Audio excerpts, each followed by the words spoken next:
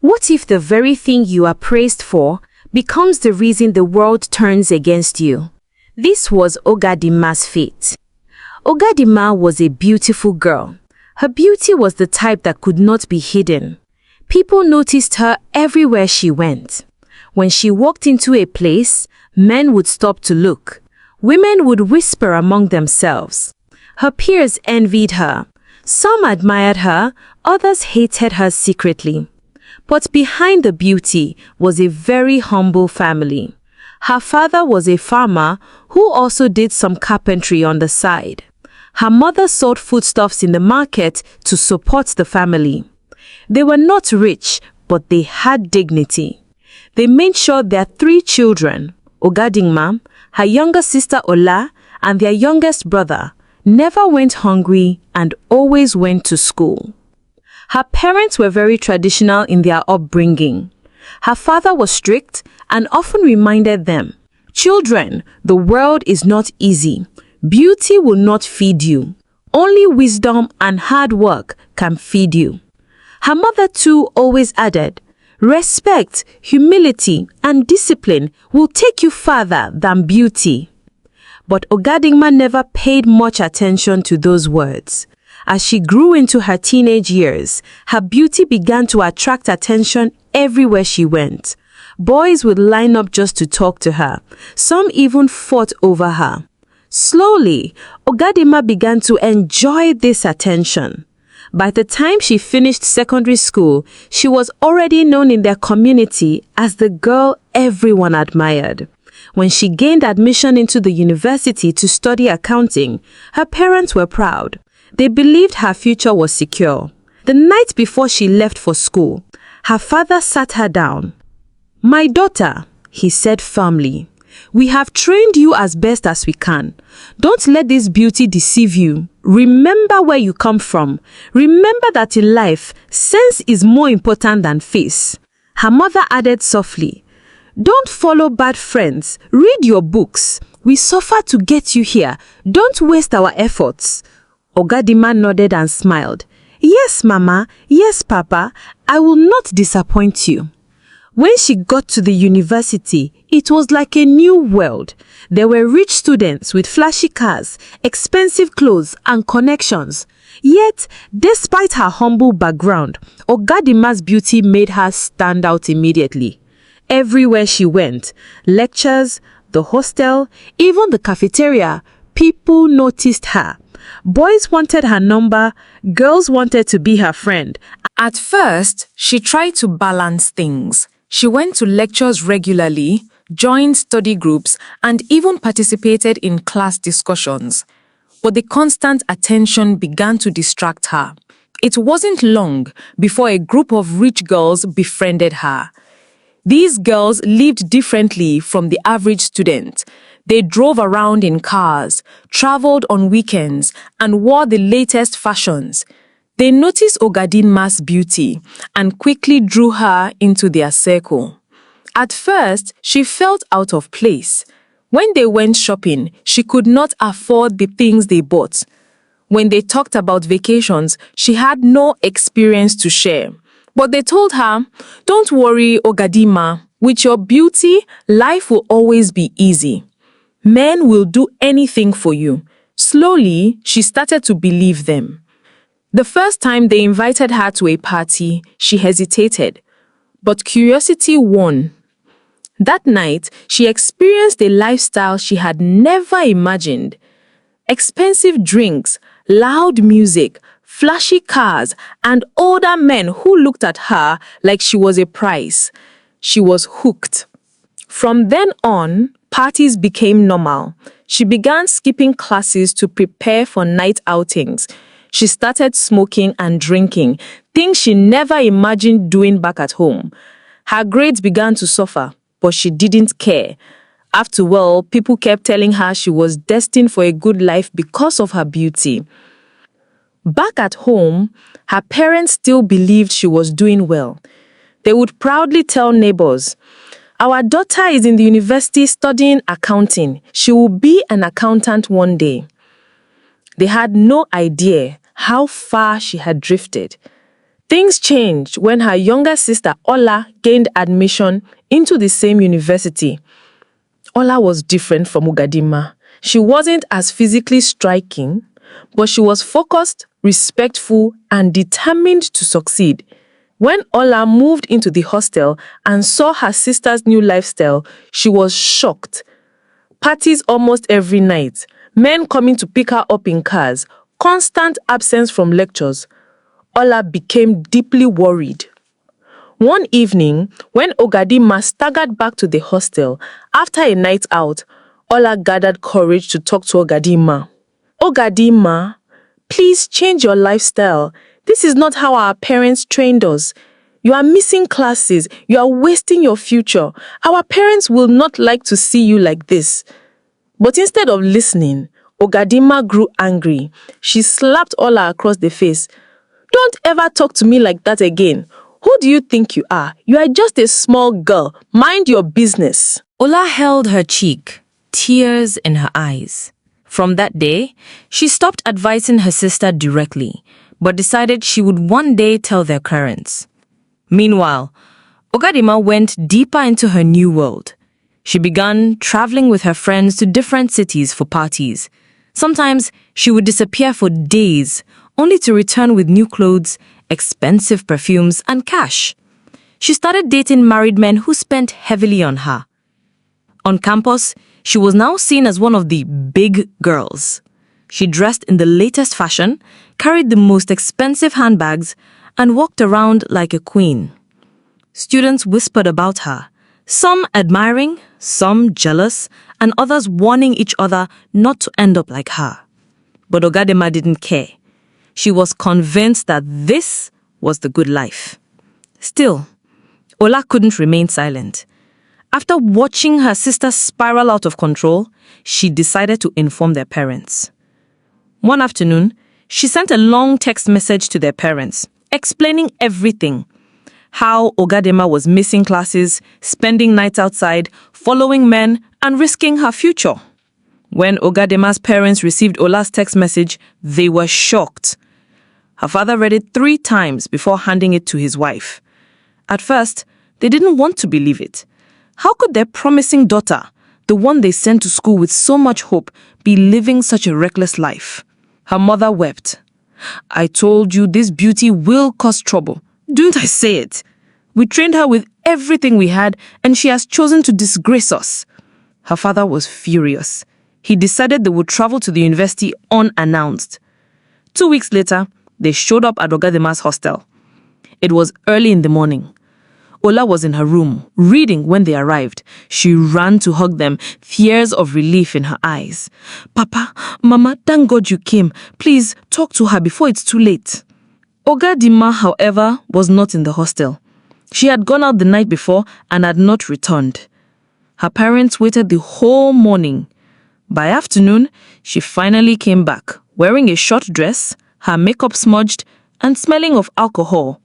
This sight broke her parents' hearts. Her father stood up immediately. Ogadinma, where are you coming from dressed like this? We sent you to study, not to prostitute yourself in the name of enjoyment. Instead of shame, Ogadinma rolled her eyes. Papa, please, don't start. This is my life. You people don't understand how things work in the university. Stop embarrassing me. Her mother burst into tears. She held her daughter's hand. My child, listen to us. This road you are following will not end well. Come back to your senses before it is too late. But Ogadinma pulled her hand away roughly. Mama, please leave me alone. I am not a child anymore. I know what I am doing. Her father raised his hand in anger, but stopped himself. Instead, he pointed at her. You will regret this path. Mark my words. That evening, after their parents left, Ola confronted Ogadinma again. Sister, you see how Papa and Mama are suffering for you. Why can't you just change? You are breaking their hearts. But Ogadinma hissed. Did you call them here? So you've started reporting me behind my back. You are nothing but a jealous little rat. You think because you are book smart, you are better than me. Look around. Who respects you on this campus? Nobody. But me. Everyone knows me. Everyone wants to be with me. Don't compare yourself to me. Tears rolled down Ola's cheeks. I am not jealous of you. I only want you to do the right thing. But Ogadinma slammed the door and left. From that day, the sisters hardly spoke. Ola focused on her studies and stayed away from her sister's lifestyle. She watched in silence as Ogadinma continued to go deeper into destruction. By her second year, Ogadinma was hardly seen in class. She had already failed several courses. When the results came out, she was placed on probation. The university gave her a warning. If she failed again, she would be withdrawn. But instead of changing, Ogadinma laughed it off.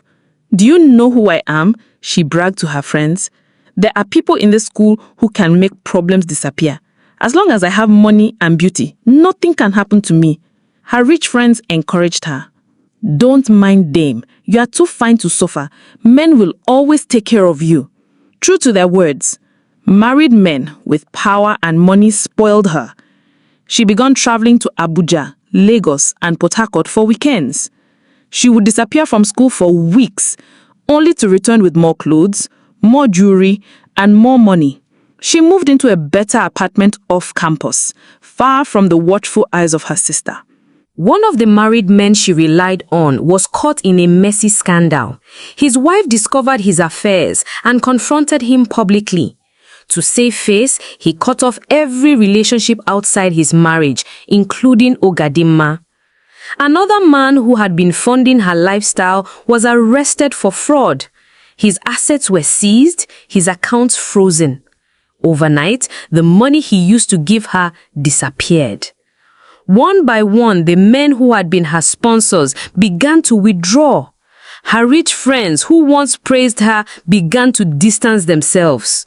On campus, rumors spread about her affairs. Students whispered behind her back, mocking her instead of admiring her.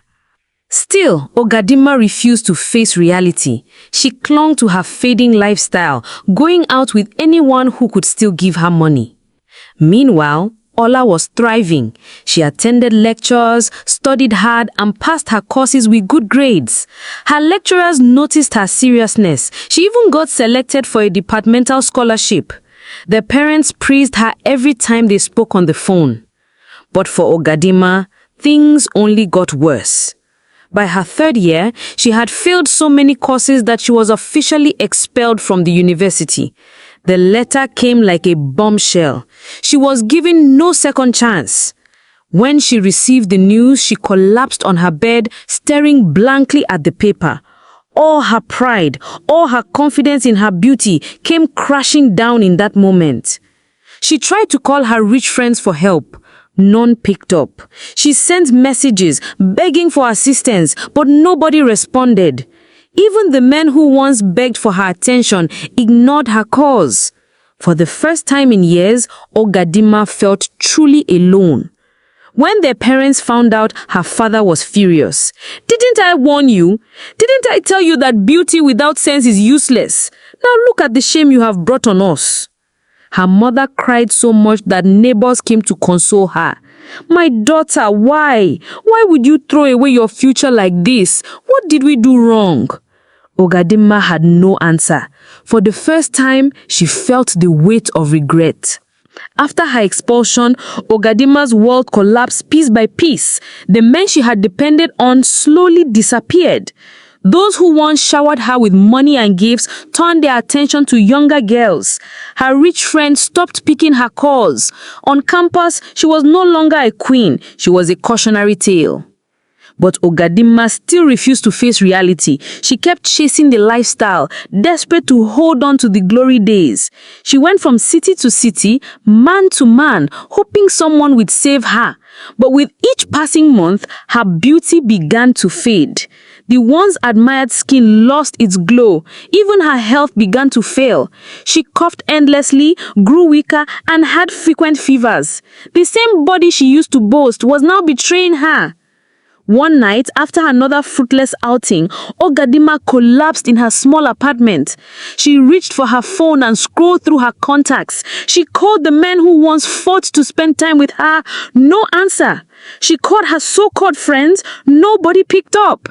The same people she sacrificed her future for had abandoned her. Alone and weak, she broke down in tears. For the first time, she whispered, "If only I had listened." It was Ola who eventually came. She had grown worried after not hearing from her sister for weeks. When she walked into the room, she was hit with the smell of alcohol and dirt. She found Ogadinma lying on the floor, too weak to stand. "Sister," Ola cried, rushing to her side. "Look at what you have done to yourself. Why?"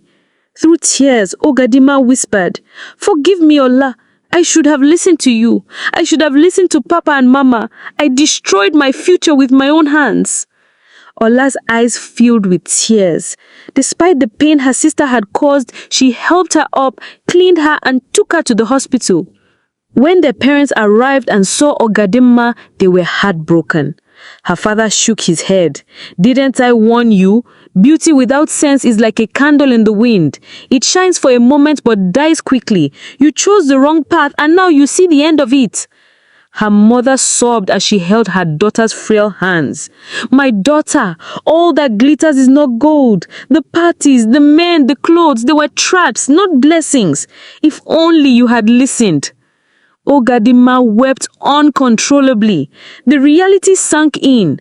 Everything she had once been proud of, her fame, her beauty, her influence, had vanished. What remained was regret, shame, and wasted years. When she was finally discharged, she returned home with her parents. Sitting quietly one evening, Ogadinma poured out her heart to Ola. "I have lost everything," she said with tears in her eyes. But Ola held her hands firmly and told her that it is not too late to start over. "Our parents trained us with good values and you can still rise again. You only need to humble yourself and begin afresh." Encouraged by her sister's words, Ogadinma decided to return to school. It was not easy, but she was determined. She began taking her studies seriously while supporting herself with small menial jobs. Meanwhile, their younger brother had already graduated as an engineer, making their parents proud. Ola, on her part, secured a good job in a notable and respected company. From her earnings, she assisted her parents and also helped Ogadinma whenever she could. Slowly, Ogadinma started rebuilding her life, step by step, learning from her past mistakes and holding on to the hope of a brighter future. Moral lesson: beauty without discipline is wasted. Bad company will destroy even the brightest destiny. A child who rejects correction digs their own grave. Character and wisdom last longer than beauty and pleasure. Young people, learn from Ogadinma's story. Don't waste your future on temporary pleasure. Respect your parents' words, choose your friends wisely, and build a life that will last. If this was your sister, your friend, or even you, what choice would you make today? Don't forget to like, subscribe, and share for more interesting stories. See you in the next one.